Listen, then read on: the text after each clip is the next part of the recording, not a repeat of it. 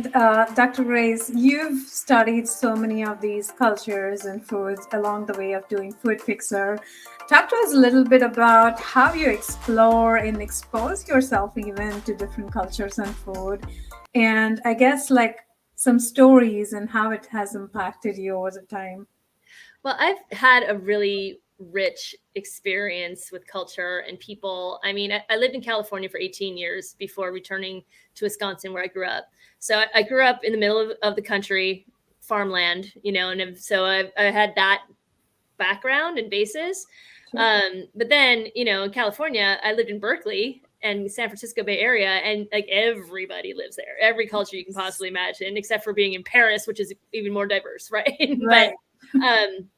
But I was, at the time I was also in an interracial relationship. The man I was with is Black. So I was exposed to a lot from both sides of American culture that way. And also just always have been attracted to people from all regions of the world, I mean, being in Olympic caliber competition, you get exposed to that real quick at a really young age, right? So one of my ways that I cultivated that, especially when I was in LA and, I was seeing people there and, making food and things like this, I was actually working with an OBGYN in her office. And she was also a cosmetic surgeon. And I was, we just bonded immediately she has rheumatoid arthritis, and she was using food to help keep it at bay. Right. Sure. As well as other things too. But in her office one day, this woman came in, and she actually was a dignitary. Her father was president of the country of Gabon, and she flew me to Africa and Paris to take care of her family in both of those places. So I had firsthand experience with, just really just being able to dive into these gorgeous African foods. And I was there to help with, showing them how to prepare the ingredients with a little less of the frying and stuff. They were accustomed to doing that in their culture. So, it was really interesting too, because they spoke French and I didn't. So there's a lot of like pantomiming happening, and showing up things. This is this, But it was a really unique experience when you're really thrust into culture like that. And I also had the amazing experience. I was a professional water skier, and I had a job water skiing in Italy. So where I really started to learn about food and the territories of, the world, and how the earth is different in each of those, in the terroir is what it's called, in the territories, that, like the actual like dirt and grass is different. So the cow will taste different, and it's all yes, that's definitely different. So I've got exposed to that, and I also was in Australia when I was 18. I went overseas for a summer and lived there and experienced farmland there through farmland in my my hometown of Elkhart Lake. So I have this rich experiences of going into a lot of different places in the world, and then just automatically gravitating to ethnic experience. It's just I just love people from all over. And when you learn about, what it's like to have the foods and the views of the beautiful country and the stories of how they live, we're all are so much more similar than we're different. And it's just so cool to have those experiences. So that would be some of my stories. Oh my gosh, that sounds amazing, especially your story about helping someone in Africa figure things out and making things better for their lives. So tell us a little bit more. I'm curious to learn, how did they take in all those changes that you were proposing to the rich recipes and the traditional ways of doing things? Tell me a little bit about how that went. Yeah, it was really interesting because, this family is extremely powerful and wealthy. I've never seen wealth like this ever. And I mean, there's very few where it's like presidential, for 40 years of president. I'm sure they had resources. Yeah. So, I mean, we didn't go through customs. They were customs. You know what I mean? Like, it was a whole different experience. You get off the plane and you're just in their house, kind of thing. Right. So I was working more so with the staff than the actual client because she didn't cook anything. She just had most of her staff. And so it was really interesting to learn what the foods were and how they're made. Like, actually, it was really basic stuff, like they would eat whole fish. They would eat with their hands and just have the whole fish, but they would fry it.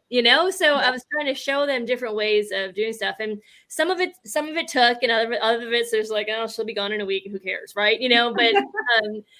But they would still call on me. They called on me a couple of times when they knew that they really needed some help. They would, they wouldn't necessarily go all the way to Africa with them. I would see them in Beverly Hills in their house there. Normally, we focus really heavily on ethnic food and culture. But one thing I also try to be very mindful of is not just international food and culture, but also these pockets of cultures and traditions that happen or are concentrated with certain areas of the country, right? Yeah. Wisconsin is a certain way, maybe, like the South Texas is a certain way, and California, New York, they're all having their own little cultures and traditions, right? Sure.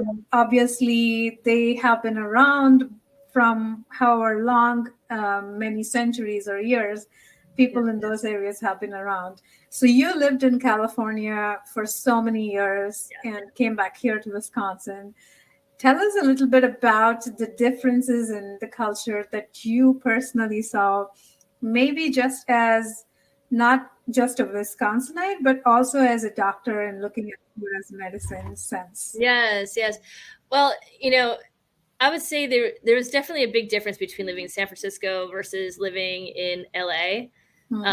San Francisco felt more like almost like a New York kind of vibe, where there's different pockets of different communities, like there's Japantown and Chinatown and Italian area, right? Like, and those are like super obvious in San Francisco.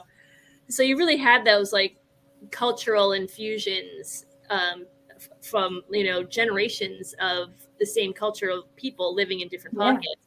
So that was interesting in LA, or in San Francisco.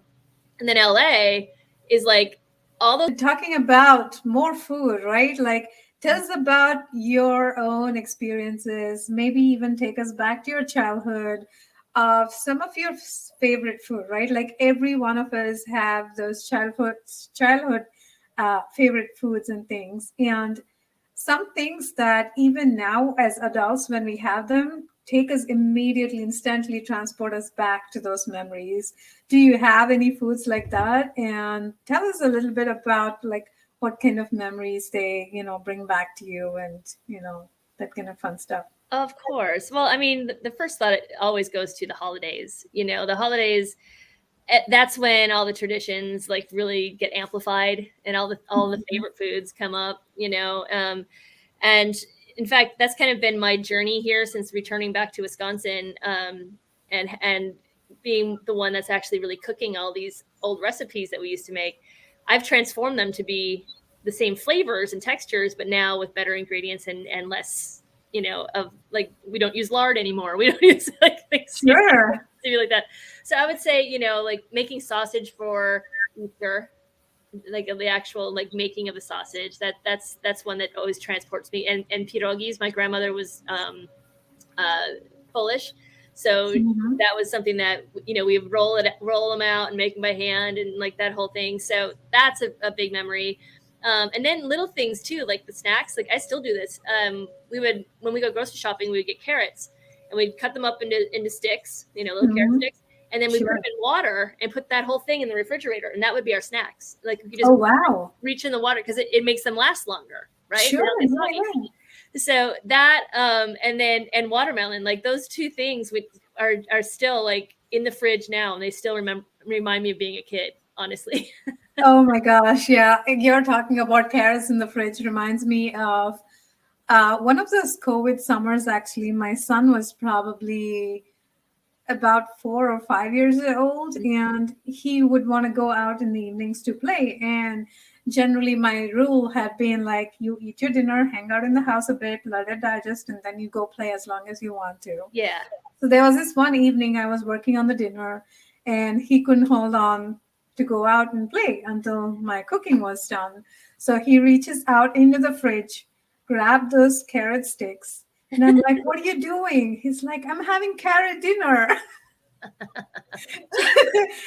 It's just a beautiful memory that I still, remember. Like every time someone talks about carrot in the fridge, that's like the first thing. Yeah. Carrot dinner, of course, like, that's a Yeah, healthy meal to have, literally. And, exactly. So, that, and of course, the big one around here, especially in the Midwest, is the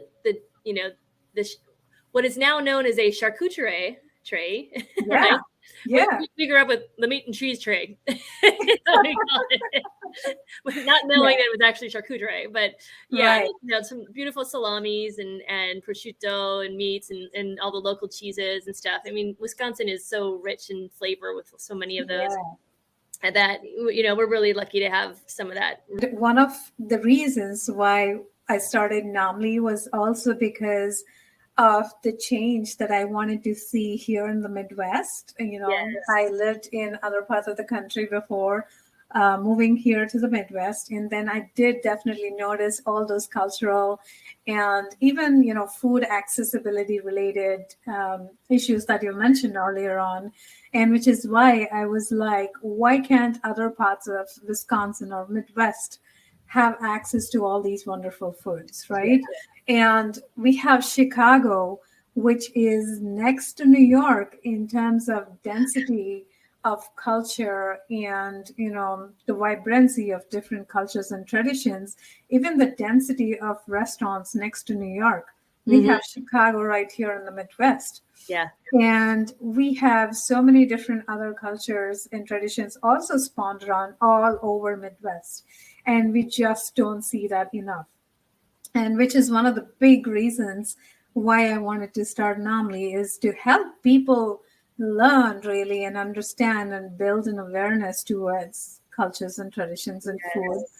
from other parts of the world and the positive effects all of these foods can have. And as you mentioned, learning about these food and culture was a big part of a big barrier, if you will, for people to like adapt to something like that, which is why we work so closely with all these restaurants and we say, hey, what are all the items from your menu that make up a fantastic meal, which is not just tasty, but also nutritious Mm. and even speaks of your culture and tradition at large? Hmm. What is that one meal, or maybe two, three meals, or maybe Yeah. even four meals?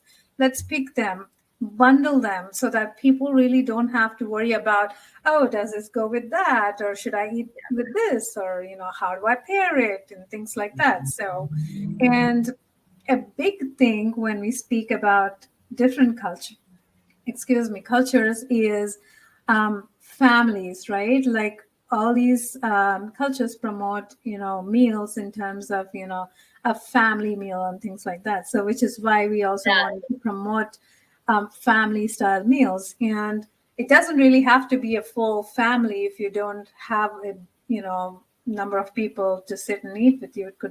It could even be a meal that someone could stretch for the week, right? And they still have these fantastic tasting meals which are healthy, which are nutritious, and we are able to like ship them to wherever people are. So, which, yes, you bring a fantastic point about access here in Midwest, and hopefully that's what we're trying to address, and Yeah. we'll be achieving that very soon. And I love everything you're doing with Food FiXR, and the food as medicine is so important. Let me tell you, like someone who comes from the Indian culture, I completely see the value in what you're doing, Thank and you. it's just amazing.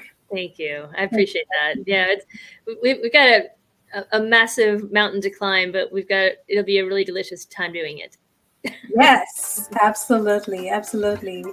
So before we wrap up, and I want to ask the viewers if you guys have any types of foods that you personally use in your culture as medicine or forms of medicine, leave us down here in the comments. We'd love to see them, we'd love to explore them, we'd love to learn about them.